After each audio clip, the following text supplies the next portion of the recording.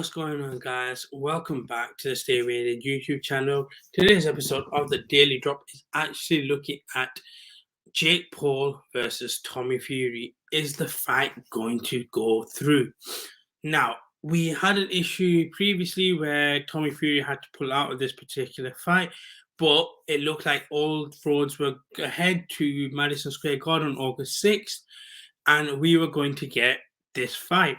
However, with the news breaking today that TommyFury wasn't allowed into America for the press conference, we're now at a situation where the fight may not go ahead again. And it's an interesting situation because on one hand, you have Jake Paul, who's been criticized for not being able to fight actual boxers. And on the other hand, you've got someone like TommyFury, who people are looking at and thinking, are you actually made for this?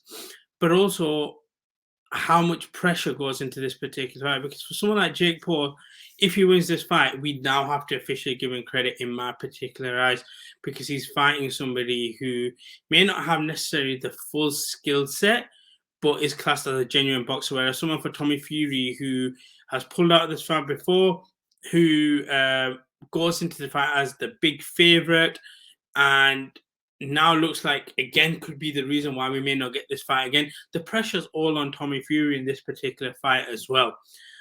So it's an interesting dynamic that we're at. And I guess I want to know your guys' views as well. Where do you see this particular fight happening in terms of, do you think we'll still get the fight? Or do you think these situations that we're getting right now with TommyFury will be a problem and we won't get the fight? We've already heard Jake Paul's response on social media. We've seen him going back and forth with Tysonfury. They have made, I believe, $1 million bet as well. I'm not sure how that's going to play out, because I remember Serrano Taylor, he had a bet with Eddie Hearn, and obviously they weren't able to fully do that. So I don't know if they're able to actually go ahead and make this bet. But it is interesting to know that this fight, the magnitude of it being that it's headlined in Madison Square Garden as well, for two guys who arguably would not get this opportunity. Make no mistake about it, without Jake Paul, TommyFury will still be on undercards and fighting in front of people who are just making their way into the venue itself. Okay, Jake Paul has put TommyFury on this particular stage, and this is an opportunity I know for a fact TommyFury cannot pass up, because if he does, he's not going to make this type of money, I personally believe, in his career at all. I don't think he's at that particular level like his brother is.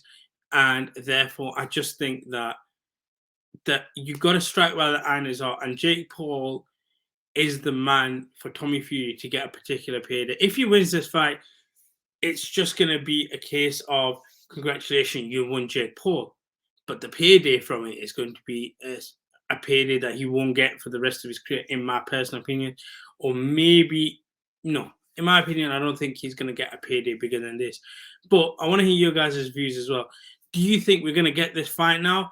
Is there going to be another quote-unquote excuse coming from the Fury camp while they might not be able to make this particular fight happen? And what do you think Jake Paul's reaction is going to be? Are we going to get more trolling as well? As always, if you're enjoying the content, you know what to do. Drop us a like, share, subscribe, all that good stuff. Hit the notification bell. And as always, stay weighed in.